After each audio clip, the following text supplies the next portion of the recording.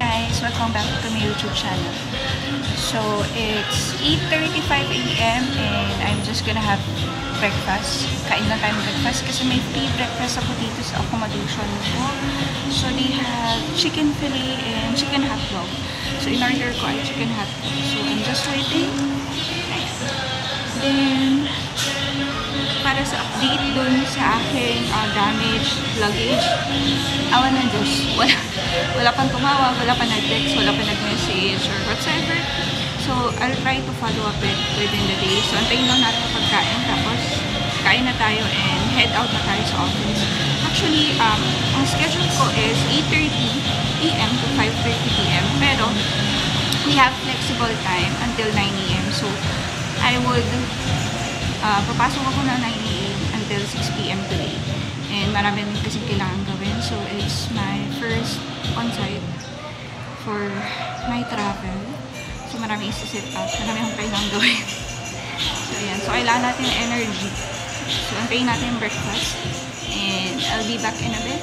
I'll show you my breakfast. So, ito na yung breakfast ko. This is chicken hot dogs, scrambled egg, banana, and plain rice. So, kain muna ako guys. And it's 8:41 AM. So, bilis na natin kumain. Baka malate pa ako. I'll see you in a bit.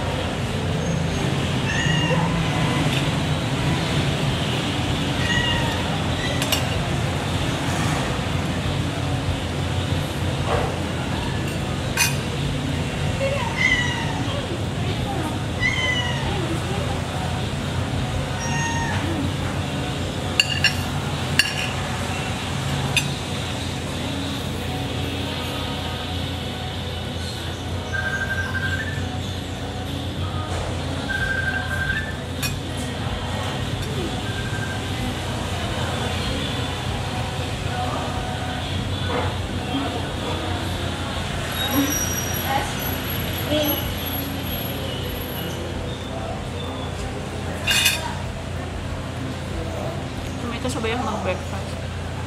May meaning. Siya. Tapos na mag-breakfast. So, 8:46 AM, takbo na ako sa office. I'll see you in a bit. Hi guys! So, quick update. Ayan. So, meron na po akong bagong luggage. Actually, dineliver ito. Ayan, ngayong gabi. Hindi na natin ipakita yung details niya. Pero ayan, I got a new luggage and binili actually ito ng staff ng Cebu Pacific. Habang binibili niya, kausap ko rin siya. So, it was good. Yung tatak niya is Racini. It's also 28 kilos. Or 28 yung size. Same with my luggage na, sorry sa gamit ha. Same with the luggage na nasira. So, ito. So, I'll be transferring my stuff here. Ngayon, ang question ko, anong gagawin ko dun sa nasira ko maleta? So, probably iwan ko na lang din siya dito sa hotel kasi hindi naman ako pwede mag-over excess na naman. But anyhow, still happy and thankful na na-approve yung replacement ng damage na luggage and tanggalin na natin plastic. Tada! Diba? Ayan. So, ito na po ang aking bagong luggage. Ayan. Although, hindi siya pareho ng lock. Dalawa kasi yung lock nung luma kong luggage. Pero, still, at least meron akong magagamit na bagong maleta. Ayan. And I think that's it for the update for my missing luggage. Turned out to be damaged and it was replaced. And I think that's it. If you enjoyed this video, please don't forget to like, subscribe, and hit the notification bell for more content. Until next time! Bye!